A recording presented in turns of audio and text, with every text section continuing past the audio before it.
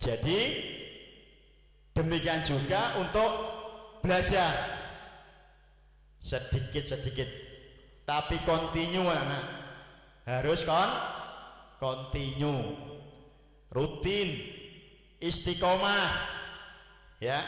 Ojo kur nek wayahe pewulangan tok sinau ngewebut ucul kabeh ya, keluar nanti. Jadi supaya kalian belajarnya bisa berhasil, maka pilihlah waktu yang tepat yang masing-masing orang tidak harus sama dan harus rutin, kontinu, setiap saat, bedino ya bari ya, tidak angger sinau kepada ulangan tok, nek gak ulangan gak sinau, rutin anak-anak ya. Belajar kamu harus rutin, pilih waktu yang tepat. Kita lanjutkan yang berikutnya. Dalam belajar itu materinya kan banyak.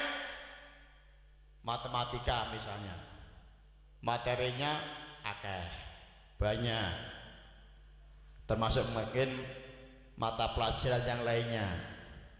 Itu supaya kamu bisa memahami, nek perlu kamu buat resum, ringkasan,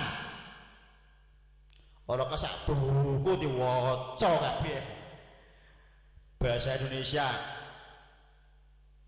wacanane akeh diwaca kabeh udar padahal macane pisan tok.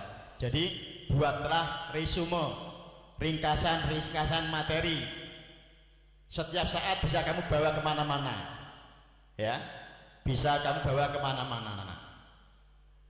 Resume perlu itu ya. Berikutnya saya anggap yang terakhir ini, mungkin belajar itu usahakan kalian berkelompok, anak berkelompok. Sudah pernah selama ini kamu belajar kelompok? Pernah? Ojo kok jagongan kelompok nggo HP, delok video, delok YouTube jamaah, tapi nek sinau gak tahu jamaah ya. Usahakan kalau belajar itu kalian adalah berkelompok. Bagaimana belajar kelompok itu bisa dilakukan atau apa manfaatnya? Saya yakin dalam belajar itu pasti ada permasalahan, utamanya untuk materi-materi eksak, fisika, kimia, matematika.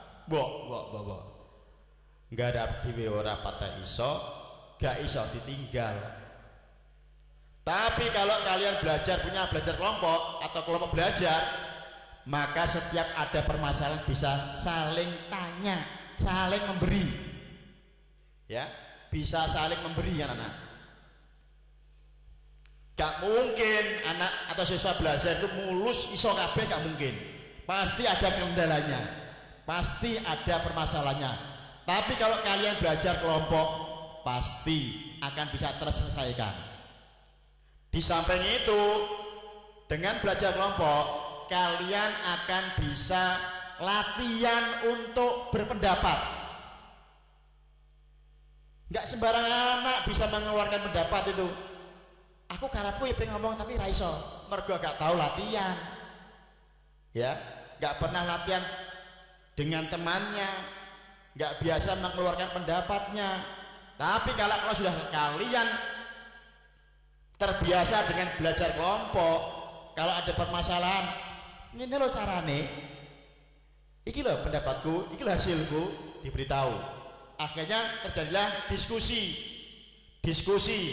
Nah, dengan diskusi itu berarti akan melatih Anda untuk latihan mengungkapkan pendapat, latihan untuk menyampaikan aspirasi kepada teman kalian.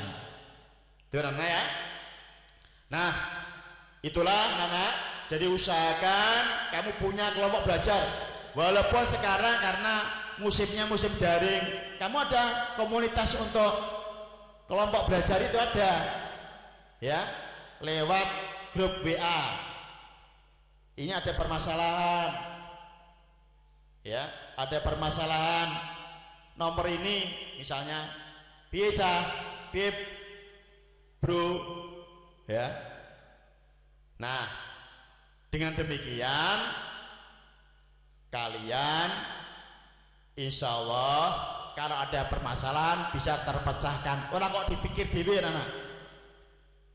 Biasanya kalau anak tidak terbiasa atau tidak punya kelompok belajar mikir dewe, biasanya gampang bosen. Biasanya ya, tapi tidak setiap anak. Kadang ada anak yang senang menyendiri. Tapi kelemahannya kalau ada anak yang senang menyendiri belajarnya, kalau jadi kumpulkan dengan orang lain dia minder. Kalau suruh tampil minder kadang-kadang, ya. Tapi kalau sudah biasa berdiskusi dengan temannya, punya kelompok belajar, maka dia tidak akan ragu mengeluarkan pendapatnya. Walaupun pendapatnya mungkin kurang benar, tetap berani, ya. Nah, itulah anak-anak beberapa hal yang terkait dengan kiat belajar. Mungkin kalian punya kiat yang lain, silahkan, ya, tidak harus.